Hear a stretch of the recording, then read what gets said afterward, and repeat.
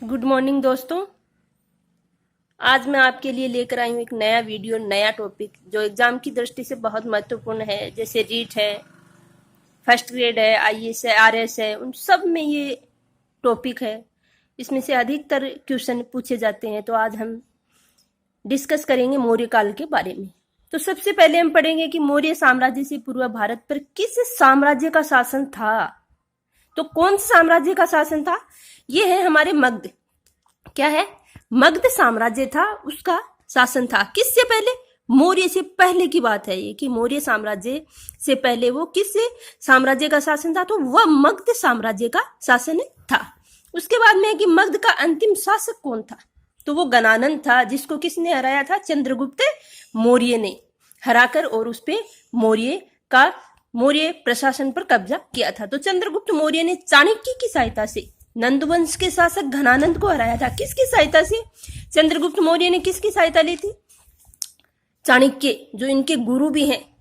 कौटिल्य के नाम से भी जाना जाता है इनको, विष्णुगुप्त के नाम से भी जाना जाता है, 3 नामों से जाना जाता है। तो आपको याद रखना है कि चाणक्य का नाम कहीं भी कंफ्यूज करने के लिए हमें क्वेश्चन में पूछ सकते हैं कि विष्णुगुप्त की पुस्तक का क्या नाम है, चाणक्य की पुस्तक का क्या नाम है और कौटिल्य की पुस्तक का क्या नाम। तो ये तीनों एक ही नाम है और इनकी पुस्तक है अर्थशास्त्र। कौन सी है? अर्थशास्त्र। तो हम पढ़ेंगे कि चंद्रगुप्त मौर्य ने चाणक्य की सहायता से नंदवंश के शासक घनानंद को हराकर किस पर अधिकार किया था? मगध पर किया था। तो क्वेश्चन बनता है कि नंदवंश के शासक घनानंद को हराकर किस पर अधिकार किया था? तो मगध साम्राज्य पर अधिकार कर लिया था। किसने? चंद्रगुप्त मौर्य ने। अब हम पढ़ेंगे कि भारतीय उपमहाद्वीप का विशालतम साम्राज्य कौन सा था? जो पहले की बात है, तो कौन सा था? मौर्य साम्राज्य था। सर्वप्रथम सुदृढ़ प्रशासनिक व्यवस्था की स्थापना कौन सी साम्राज्य में की गई थी? तो सबसे पहले जो मोस्ट क्वेश्चन बनता है वो कि मौर्य साम्राज्य में सुदृढ़ प्रशासनिक व्यवस्था की स्थापना की गई थी। उसके बाद है कि जीवो और जीर्णोदय का सिद्धांत किसने दिया था? यानी जीवो और जीने दो का सिद्धांत किसने प्रस्तुत किया था, किसने दिया? तो ये दिया था सम्राट अशोक ने दिया। जा महान सम्राट अशोक के नाम से जाने जाते हैं, उन्होंने ये सिद्धांत दिया था।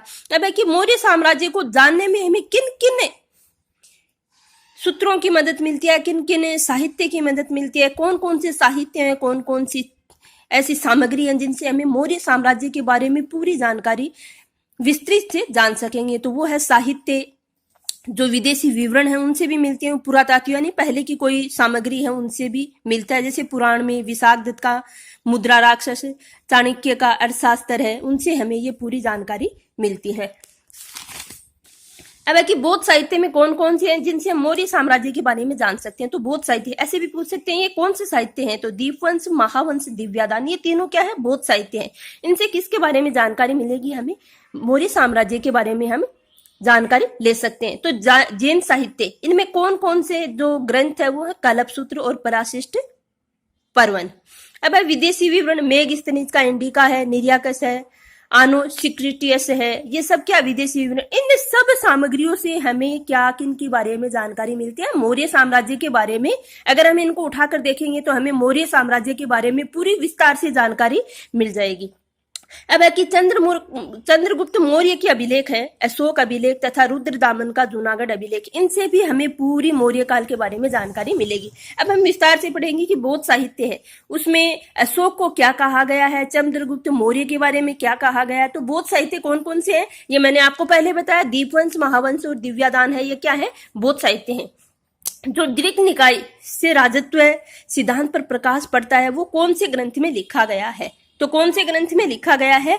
ये बौद्ध साहित्य में लिखा गया है। अब दीपवंश और महावंश ग्रंथ से श्रीलंका की बौद्ध धर्म एवं अशोक की भूमिका पर प्रकाश पड़ता है। तो क्वेश्चन बनता है कि दीपवंश एवं महावंश ग्रंथ से श्रीलंका के कौन से बौद्ध एवं धर्म एवं अशोक की भूमिका पर प्रकाश पड़ता है? तो किस पर प्रकाश पड़ता है? किस पर पड़ता है? बौद्ध धर्म और अशोक की भूमिका पर प्रकाश पड़ता है।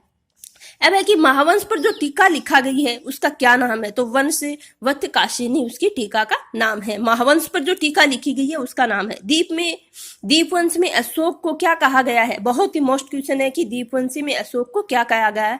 तो क्या कहा गया? उज्जैनिकर मौली नाम दिया गया है। कौन सी ग्रंथ में दिया गया है? दीपवंश में। और ये कौन से में आता है? बौद्ध साहित्य में आता है। अब पढ़ेंगे हम जैन साहित्य। तो जैन ग्रंथों में जो भद्रबाहु कल्पसूत्र किसकी रचना है? भद्रबाहु की। और जो पराशिष्ट पर्वन है ये किसकी है? हेमचंद्र की।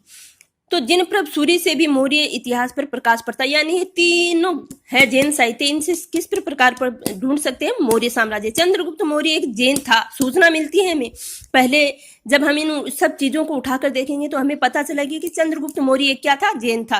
किसकी सहायता से बना? वो तो भद्रबाहु चरित्र की सहायता से बना, जो श्रवण बेलगोला में एक गुफा थी, वहां पर उसने जो बहुत सारे यज्ञ किए थे, उनकी वजह से वो श्रवण बेलगोला है, वो कर्नाटक में है। भद्रबाहु चरित्र पुण्य शास्त्र कथा कोश में, राजविले किलो में इनका उल्लेख मिलता है। अब हम पढ़ेंगे ब्राह्मण शास्त्र। तो पुराणों की वंशावलीला स्पष्ट होती है। मुद्रा राक्षस विशाख कृत इस ग्रंथ के से चाणक्य का साम्राज्य के विरुद्ध षड्यंत्र चलता है।